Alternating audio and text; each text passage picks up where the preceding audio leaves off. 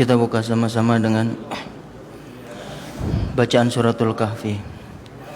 A'udzu billahi minasy syaithanir rajim. Bismillahirrahmanirrahim.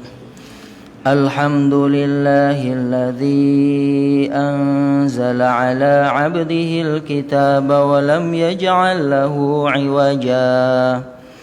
قيما لينذر بأسا شديدا من لدنه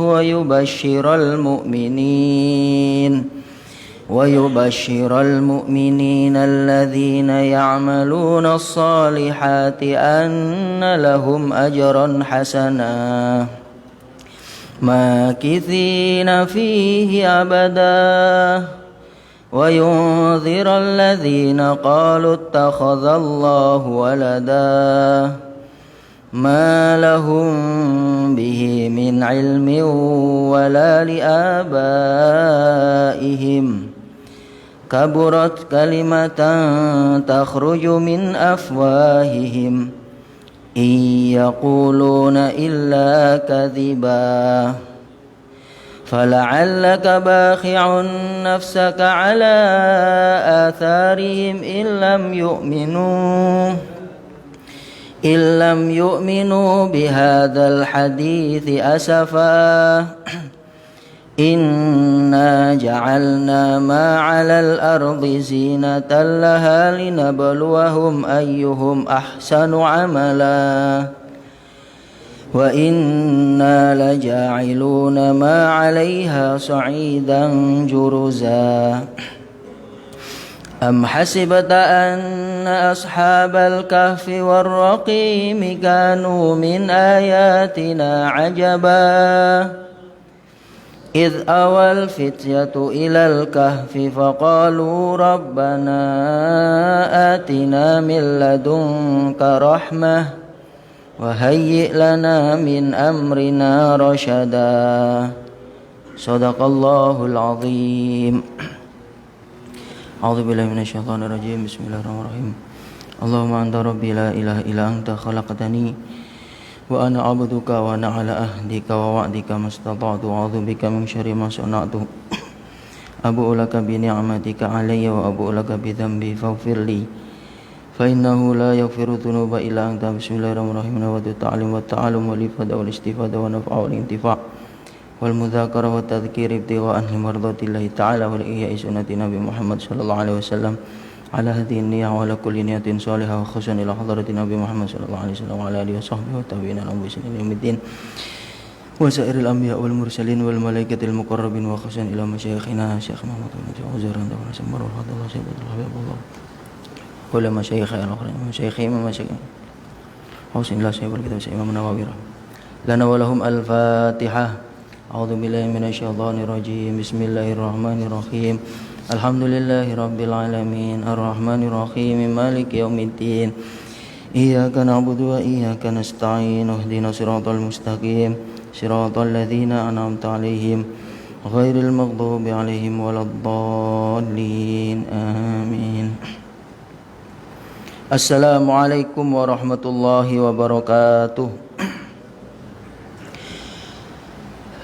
Alhamdulillah nahmaduhu wa nusalli wa nusallimu ala rasulihil karim amma ba'd. Faqad qala Allah ta'ala fi kitabihil karim yarfa'illahu alladhina amanu minkum والذين أوتوا العلم درجات. وقال أيضا قل هذه سبيلي أدعو إلى الله على بصيرة أنا ومن اتبعني وسبحان الله وما أنا من المشركين. وقال النبي صلى الله عليه وسلم Man yuridillahu bihi khairan yufaqihu fid din wa innama ana qasim wallahu yu'ti. Shadaqallahul azim wa shadaqa rasuluhul karim wa nahnu ala dzalika minasyakirin wa syahidin. Allahumma subhanaka la ilma lana illa ma 'allamtana innaka antal alimul hakim. Alhamdulillah, tuan-tuan jamaah Masjid Al-Ghazali rahimakumullah, akramakumullah, yang dimuliakan Allah Subhanahu wa taala. Lagi dan lagi kita bersyukur kepada Allah atas segala limpah nikmat kurnia yang Allah masih beri kepada kita semua hingga saat ini. Terutama nikmat iman, nikmat Islam. Semoga Allah dawamkan, Allah kekalkan nikmat-nikmat pada diri kita hingga akhir hayat kita. Amin Allahumma amin. Salawat serta salam semoga sentiasa terlimpah, tercurah pada junjungan kita Nabi besar Muhammad sallallahu alaihi wasallam, yang mana dengan sebab beliaulah kita boleh mengenal Islam, kita boleh mengenal Allah, kita boleh menyembah Allah Subhanahu wa taala. Semoga kita semua kelak Allah himpunkan, Allah kumpulkan dengan baginda Nabi Muhammad di Sukar Firdaus. Amin Allahumma amin.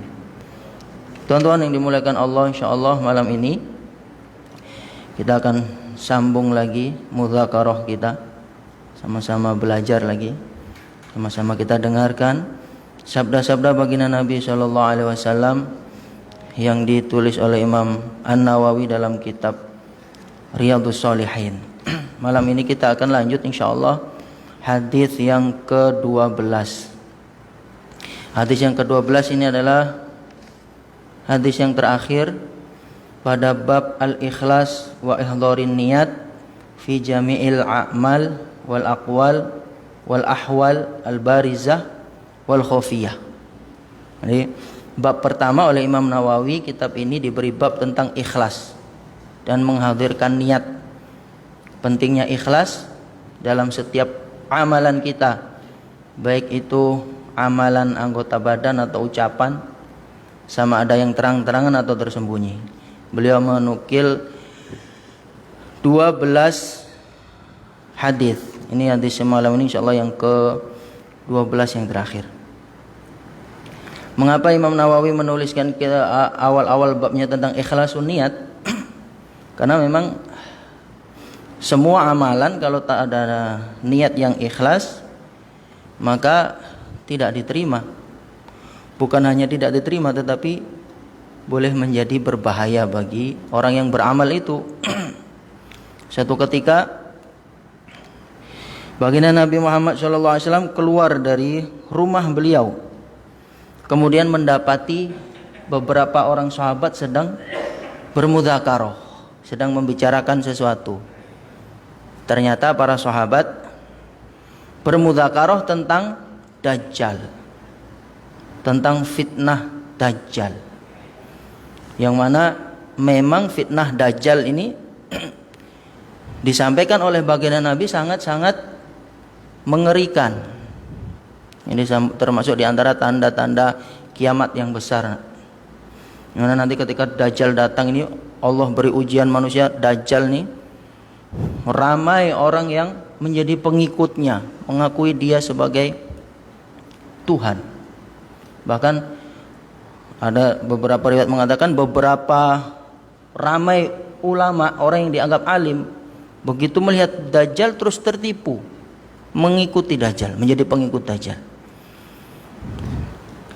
Apa yang kalau Dajjal katakan mati, hidup, istidraj. Macam mana orang tidak tertipu? Seperti itu.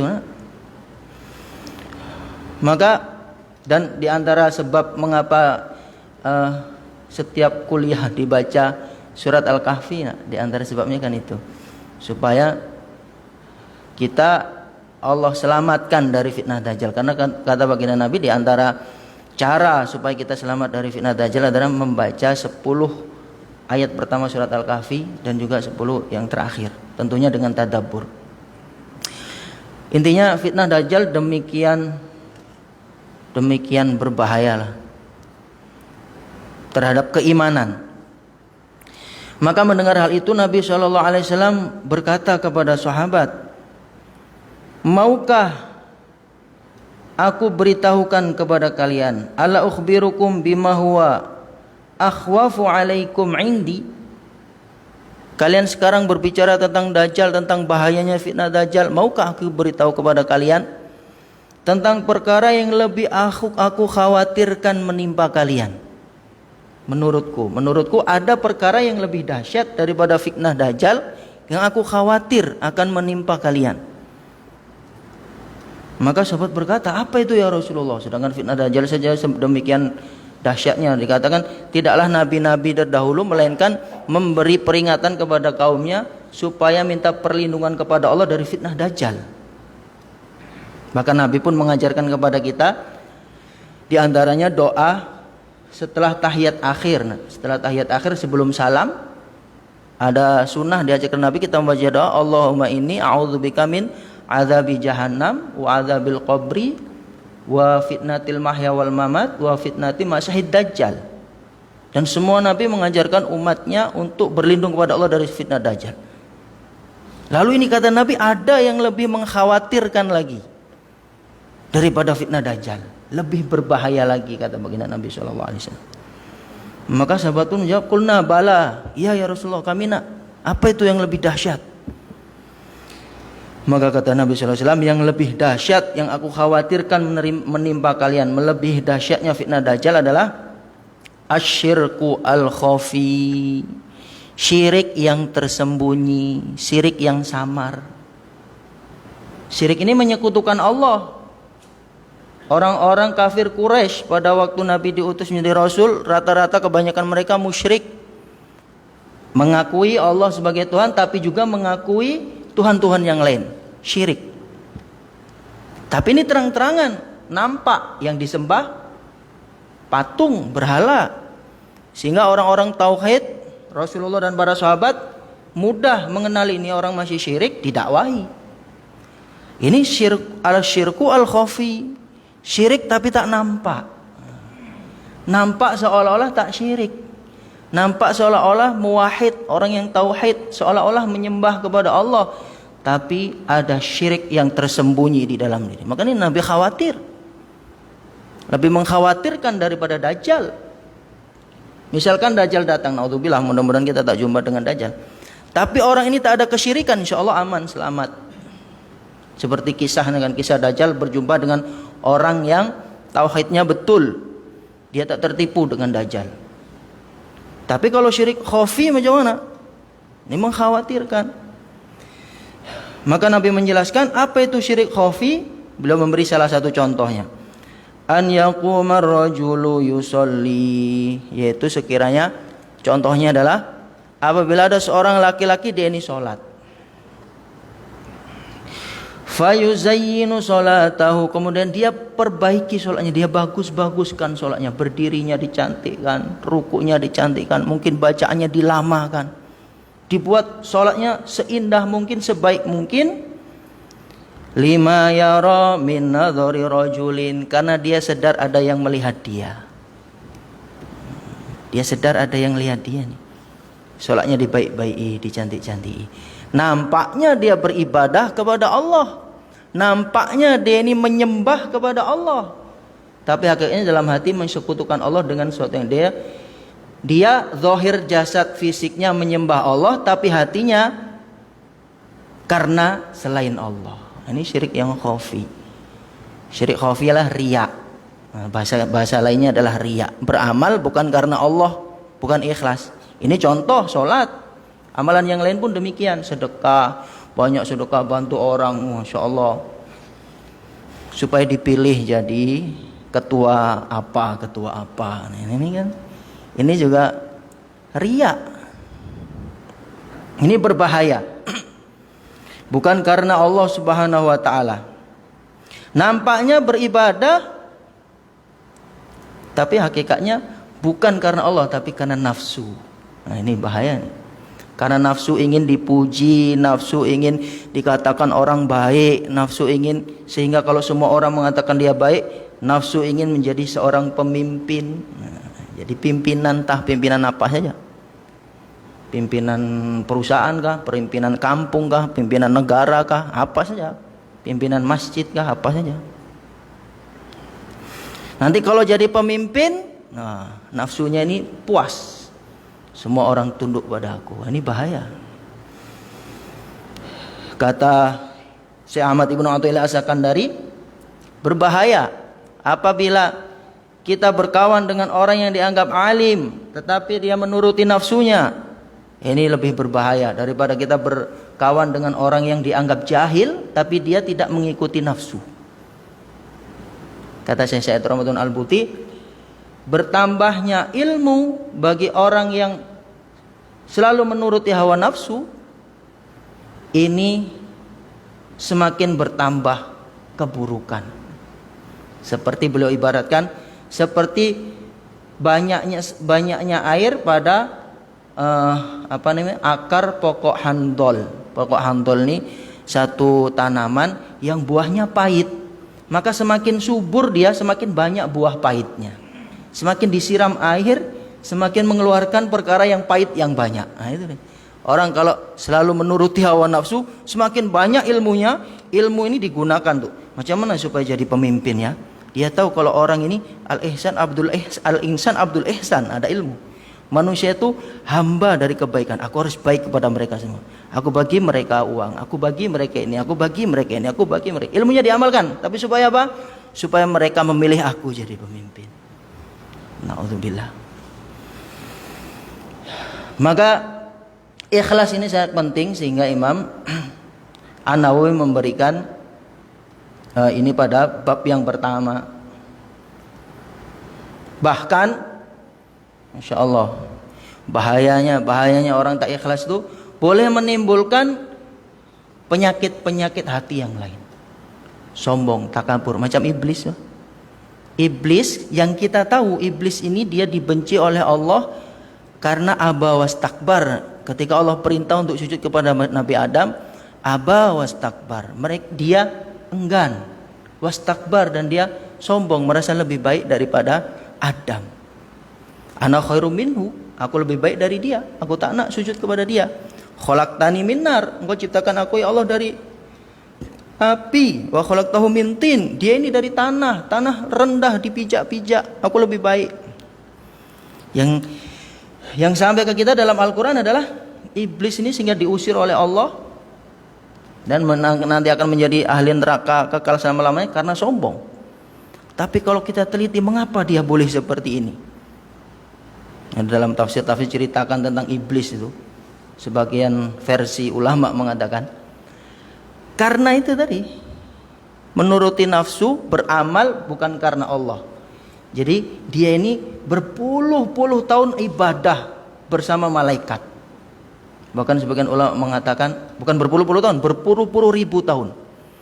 Bahkan sebagian ulama mengatakan tidaklah satu tempat di langit melainkan iblis ini sudah ibadah di situ. Orang yang soleh.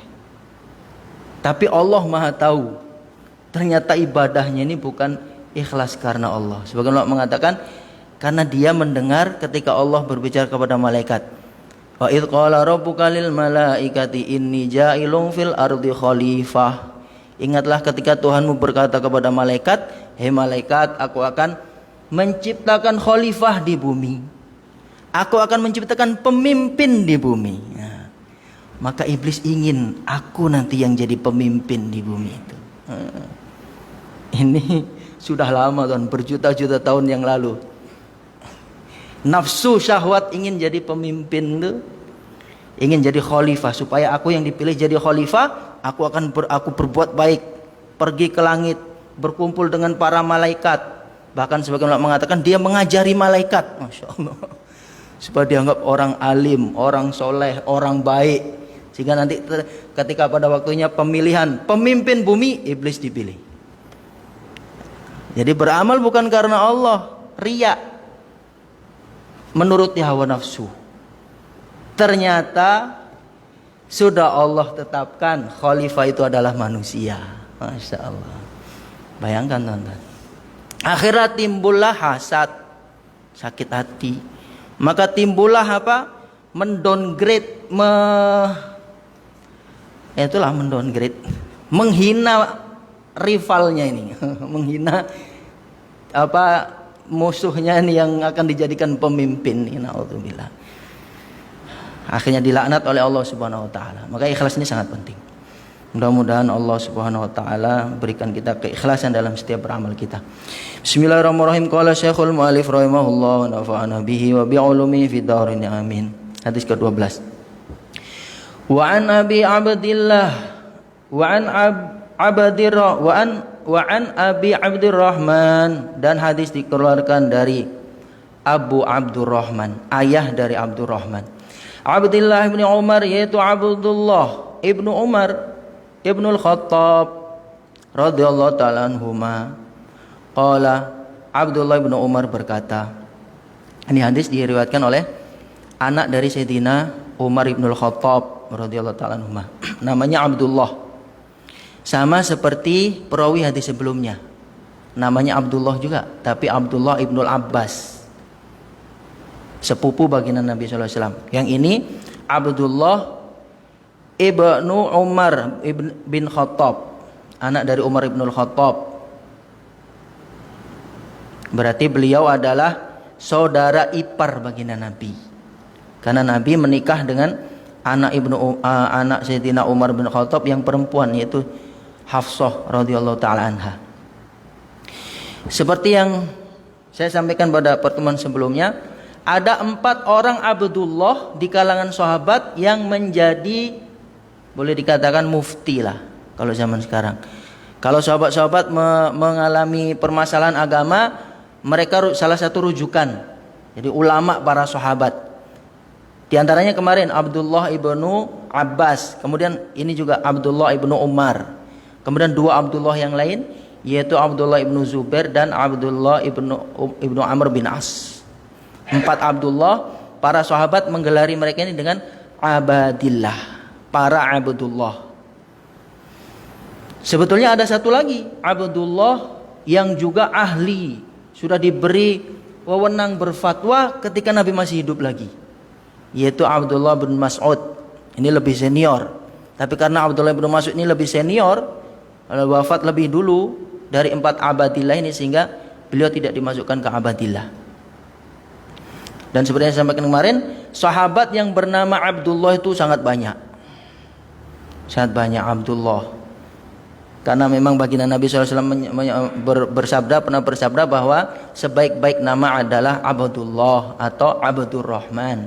Karena ada hubung kait dengan status manusia terhadap Allah, yaitu sebagai hamba. Abdullah, Abdurrahman. Di sekitar 120 sahabat, kata Imam Nawawi, yang mereka ini bernama Abdullah. Dan orang-orang Arab ini memang mereka tidak sembarangan memberi nama. Selalunya nama itu mereka ya ikut bapaknya. Kalau pada zaman jahiliyah bapaknya menyembah berhala Lata Uzza, maka diberi nama Abdul Uzza, hambanya Uzza. Menyembah matahari disebut nama Abdus Syams, hambanya matahari. Seperti sebagian riwayat mengatakan Abu Hurairah nama asalnya Abdus Syams, kemudian diganti oleh baginda Nabi menjadi Abdurrahman kalau tidak salah. Nah, mereka dari kata orang Arab, min ismika a'rifu abaka, dari namamu aku boleh mengetahui bagaimana ayah kamu. Karena memang seperti itu. Mungkin di kita pun seperti itu, teman-teman. Seorang ayah memberi nama kepada anaknya selalunya ya ikut apa yang disukai oleh ayahnya. Kalau ayahnya ini dia suka main bol, mungkin diberi nama-nama pemain-pemain sepak bola sepak. Ini nama Ronaldo. Ternyata anaknya perempuan. Oh, ditambahi Wati lagi, Ronaldo Wati. Ada juga, saya dulu punya kawan namanya Droleo Basketalaji. Ada kata-kata basketnya. Ini pasti ayahnya kaki sukan. Dan benar, ternyata memang ayahnya itu adalah guru sukan di sekolahan kami, guru olahraga. Anaknya diberi nama Basketalaji. min ismika araftu abaka. Dari nama kamu aku tahu bagaimana ayah kamu ini. Maka memberi nama ini penting. Apalagi sabda Nabi SAW, nanti manusia di hari kiamat nanti juga dipanggil sesuai nama dia di dunia dan nama bapaknya. Maka kalau nama-nama kurang bagus diganti, teman-teman. Supaya nanti ketika dipanggil di depan orang manusia seluruh di waktu yaumul hisab ini tidak malu. Dan nama ini juga doa, nama ini juga doa harapan. Harapan bagi orang tua terhadap anaknya. Maka kalau namanya baik, ya harapan baik. Kalau namanya tak baik, ya berarti berharap tak baik. Sami'tu Rasulullah sallallahu alaihi wasallam yaqul, aku mendengar bahwa Nabi sallallahu alaihi wasallam bersabda, kata Abdullah Ibnu Umar, in talaqa, telah berangkat salah satu nafarin, 3 orang, mimman, dari orang kana yang mereka, qablakum, sebelum kalian, dulu sebelum kalian, pada zaman dulu, kata Nabi bercerita kepada para sahabat, dulu pada zaman kaum terdahulu pernah 3 orang berangkat, hatta awahum, berjalan, mereka bertiga berjalan, hatta awahum, sehingga melindungi mereka, al-mabitu, bermalam, sehingga mereka kemalaman lah, sehingga terpaksa bermalam, ila gharin, menuju satu gua. Zaman dulu berjalan, zaman sekarang ila hotel, kalau zaman sekarang. Kalau zaman dulu ila gharin, bermalam mencari gua. Seperti baginda Nabi SAW dengan Abu Bakar ketika dikejar-kejar oleh orang-orang kafir Quraisy, malam-malam belum berangkat, maka untuk berehat cari gua. Fadakhaluhu, maka mereka bertiga pun masuk ke dalam gua itu. Fanhadarat, maka tiba-tiba jatuhlah sokhratun, satu batu yang sangat besar, minal jabali, dari gunung itu. Jadi dia mencari tempat di gua, di satu gunung, gua yang ada di dalam gunung, kemudian mereka bertiga masuk di dalamnya bermalam, tiba-tiba jatuh batu yang sangat besar.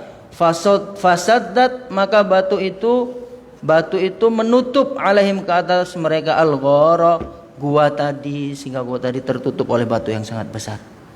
Maka mereka tak dapat keluar, terjebak, terperangkap di dalam gua. Nah, mereka tak mampu untuk keluar, batunya sangat-sangat berat. Faqalu, maka mereka berkata, innahu, sesungguhnya, la yunjikum, tak akan boleh menyelamatkan kalian, min hadhihi sokhrati, dari batu yang sangat besar ini, illa antad'u, melainkan kalian berdoa, Allah, kepada Allah, bisolihi a'malikum, dengan wasilah amal-amal soleh kalian. Sudah berusaha nak keluar, tak dapat keluar, dah cari tempat celah-celah, tak ada, batu. Maka tak ada jalan lain melainkan kita ini berdoa, minta pertolongan kepada Allah Subhanahu wa taala. Tapi berdoa bukan berdoa setakat berdoa di sini. Berdoa dengan perantaran amal soleh yang pernah kalian lakukan. Ini disebut wasilah. Mencari perantara, memintanya tetap kepada Allah. Tetap meminta kepada Allah, ud'uni astajib lakum, mintalah kepadaku, maka aku akan ijabah permintaan kalian, doa kalian.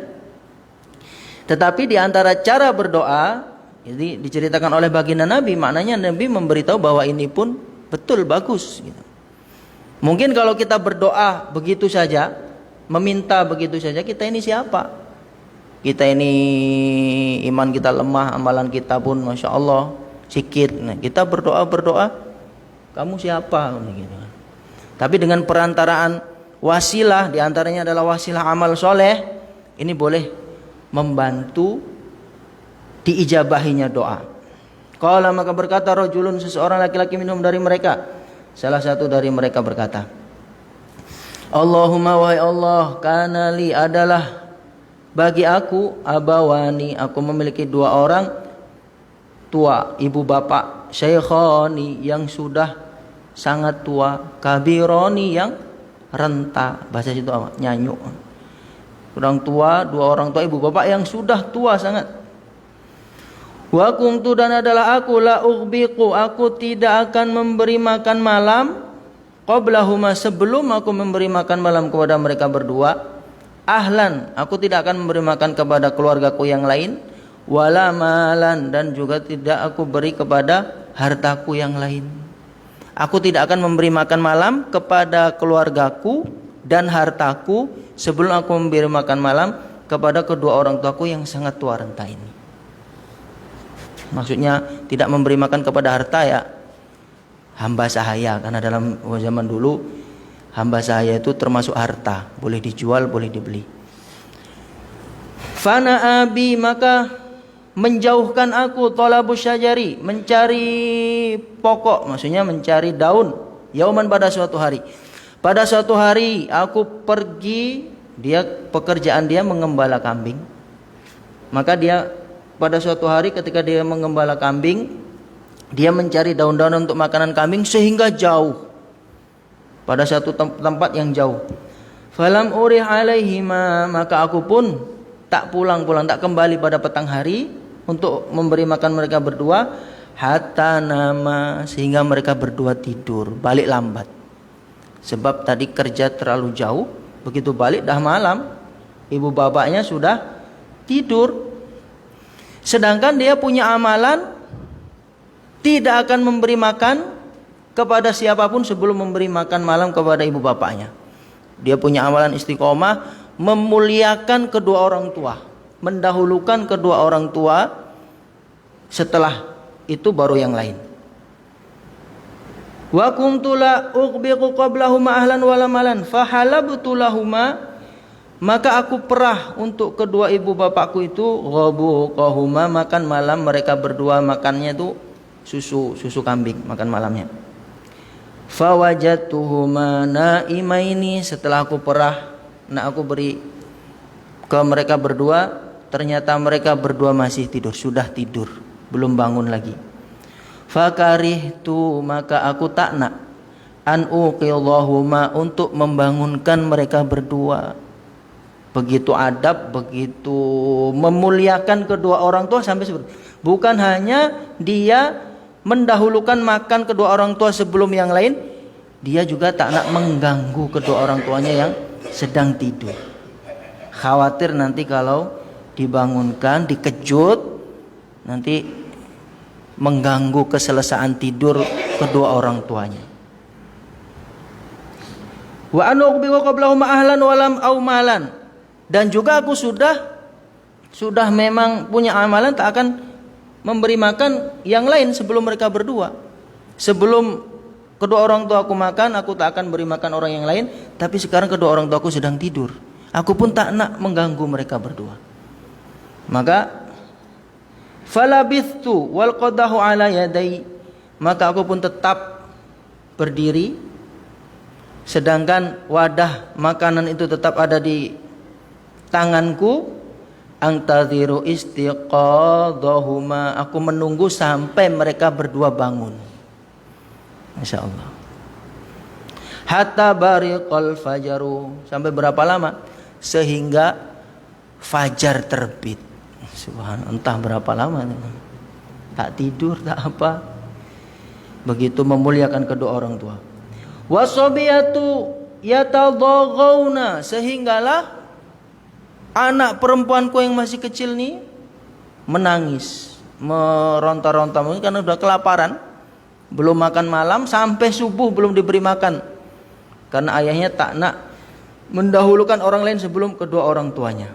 Maka anak yang kecil, anak perempuan kecil jadi menangis-nangis, inda qadami, di kakiku. Fastaiqadha, karena anakku menangis, maka kedua orang tuaku pun bangun asbab tangisan anakku. Fasyariba, maka setelah bangun mereka berdua meminum ghabuqahuma, makanan itu, barulah memberi makanan yang lain. Allahumma, wahai Allah, in kuntu, apabila aku fa'altu dzalika, melakukan itu semua, ibtigha'a wajhika, hanya karena mengharap ridha Engkau. Fafarrij, maka bukakanlah, longgarkanlah, anna, untuk kami, ma nahnu fihi min hadhihi sokhra, batu yang menutupi jalan kami ini. Farajat, maka terbukalah batu itu, syai'an, sedikit. La yastati'una, tapi mereka belum boleh al-khuruj, untuk keluar, minhu, dari gua itu. Insyaallah. Asbab ikram, memuliakan kedua orang tua, teman-teman. Mungkin kalau kita kita bayangkan betul macam berlebih. Sudahlah, kalau dua orang tua tidur, berilah makan dulu anaknya sampai menangis seperti itu, berilah dulu makan istrinya sampai menangis, sampai, ya kan? Tapi memang kalau orang itu sudah Allah beri, Allah tanamkan rasa ta'zim, rasa memuliakan kedua orang tua, itu lain. Ini bahasanya bahasa cinta, bahasa ikram, bahasa memuliakan, bukan bahasa akal lagi. Kalau memang secara akal sudah tidur, nantilah kalau bangun nih anak dulu diberi makan, istri dulu diberi makan. Kalau memang akal seperti itu. Ini bahasa cinta, mahabbah dia. Dan ternyata menurut Allah itu memang bagus, terbukti, dijadikan wasilah, dan Allah dengar, Allah jadikan asbab terbukanya batu yang menutup pintu gua dia. Memang orang tua ini mesti kita dahulukan daripada anak, istri, dan yang lain-lain. Karena sebab merekalah Allah Subhanahu wa taala hadirkan kita di dunia. Yang menciptakan kita di dunia Allah. Allah yang menciptakan kita di dunia. Melalui perantara siapa? Melalui perantara ayah kita. Man lam yashkurin nasa lam yashkurillah. Kita bersyukur pada Allah sudah dihadirkan di dunia ini, diberi kehidupan. Tapi siapa perantara yang menjadi perantara sehingga Allah menghadirkan kita di dunia ini? Emak ayah kita. Maka kita pun bersyukur kepada emak ayah kita. Man lam yashkurin nasa lam yashkurillah. Maka kedua orang tua ini mesti kita dahulukan daripada yang lain. Bahkan kalau menurut Islam itu, anta wa maluka liwalidik. Engkau dan hartamu itu milik orang tuamu. Ini terkadang kita ini, Masya Allah, ada case yang pelik-pelik. Seorang anak menuntut ke mahkamah orang tuanya yang tak bayar hutang ke dia. La haula wala quwwata illa billah. Macam mana orang tua dianggap berhutang? Anta wa maluka liwalidik. Kamu dan hartamu itu milik orang tuamu. Yang melahirkan kamu di dunia mereka berdua. Orang tua kok hutang? Ini macam ditagih lagi, dibawa ke mahkamah lagi. Innalillahi wa inna ilaihi rajiun. Dan memang fadilah memuliakan orang tua ini subhanallah luar biasa. Sayyidina Umar ibnul Khattab yang baginda Nabi SAW bersabda, kalaulah ada Nabi setelah aku maka Umar orangnya. Bagaimana itu kedudukan tingginya kedudukan Umar? Hanya Abu Bakar yang boleh mengalahkan Umar. Tetapi baginda Nabi sebelum beliau wafat, beliau berpesan pada sahabat yang termasuk Umar, nanti kalau datang orang Yaman namanya Uwais, ciri-cirinya begini, kamu minta doa ke dia. Maka setelah Nabi wafat, kemudian Umar jadi khalifah. Setiap haji datang, jamaah dari Yaman ditanya, adakah yang bernama Uwais? Adakah yang bernama Uwais? Sampai suatu ketika kita ada yang bernama Uwais. Tapi menurut mereka, memang dia siapa ya Amirul Mukminin? Dia itu di kalangan kami orang yang tak terkenal. Dia orang yang miskin, orang yang macam orang gila. Maksudnya ya agak, menurut mereka agak aneh lah. Kamu yang gila, kata Umar. Nabi SAW berpesan kepada aku supaya aku minta doa kepada dia. Mana dia? Dia sekarang di sana sedang menggembala kambingnya di satu tempat sana. Maka dijumpai oleh Umar, ditanya-tanya semua ciri-cirinya, memang betul nih Uwais. Doakan aku. Sampai seperti itu. Karena beliau amalannya adalah ikram, memuliakan ibu dia. Jadi Uwais ini hidup pada zaman Nabi. Sebetulnya beliau ini hidup pada zaman Nabi. Kalaulah beliau itu berjumpa dengan Nabi jadi sahabat. Karena syarat sahabat mesti suhbah. Sahabat dari kata-kata suhbah. Sebetulnya kalau beliau berjumpa dengan Nabi jadi sahabat Uwais ini. Beliau rumahnya di Yaman, jauh lah, macam sini Miri lah. Beliau tak dapat berjumpa Nabi asbab khidmat, ikram, melayani ibundanya yang sudah tua. Masya Allah. Sebab melayani ibundanya yang sudah tua sehingga tak ada kesempatan untuk berjumpa Nabi SAW. Tapi Allah tahu. Allah tahu. Maka Allah beritahu kepada Nabi SAW kemuliaan Uwais Al-Qarani. Bahkan sebagian kisah yang mengatakan Uwais Al-Qarani ini ibunya tua renta ingin haji. Maka Uwais Al-Qarani macam mana caranya? Dia beli lembu. Kemudian dibuatkan kandangnya di atas bukit tempat yang tinggi. Setiap hari dia bawa lembu itu, lembu yang kecil masih kecil, dibawa ke atas, nanti dibawa ke bawah, dibawa ke atas. Maka orang mengatakan gila ini orang.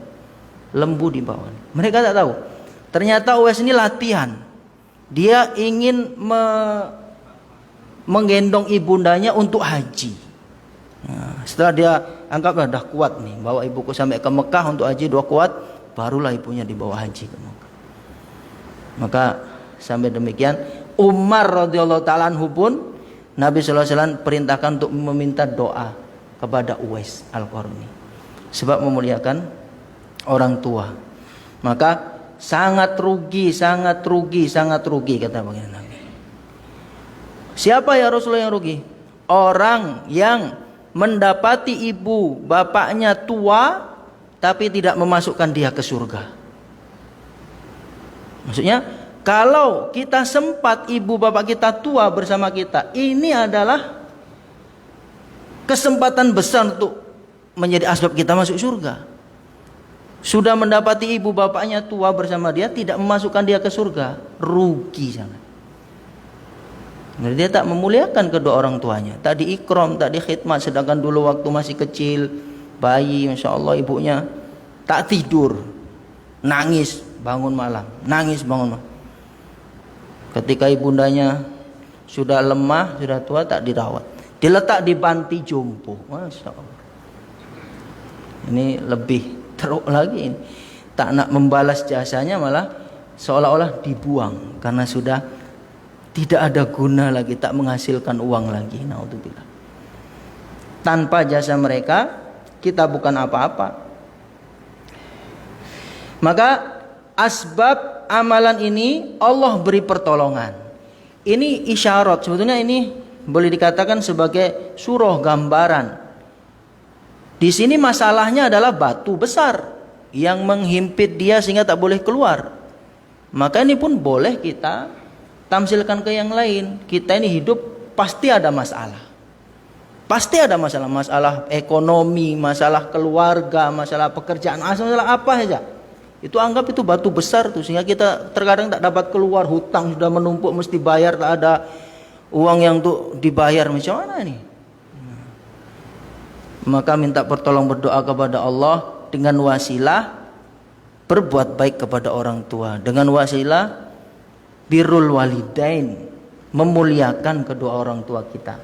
Kalau kita muliakan orang tua kita di dunia, maka Allah akan muliakan kehidupan kita di dunia. Kalau kita muliakan orang tua agama kita, jadi ulama itu menginginkan orang tua biologis yang menyebabkan kita lahir di dunia, ada orang tua spiritual atau agama, yaitu guru-guru kita yang mengajari kita agama, yang mengajari kita keimanan, yang mengajari kita syariat Islam. Ini orang tua kita juga, tapi orang tua akhirat. Kalau ayah kita juga guru kita, ya double berarti. Dia juga ayah biologis kita, dia juga ayah akhirat kita.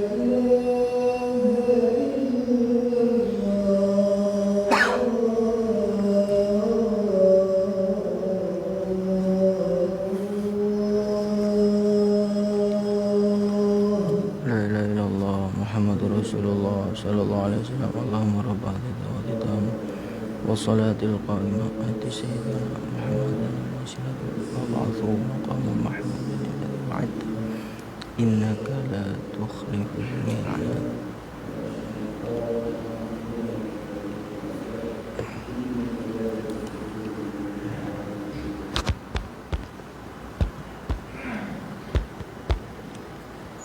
Bismillah.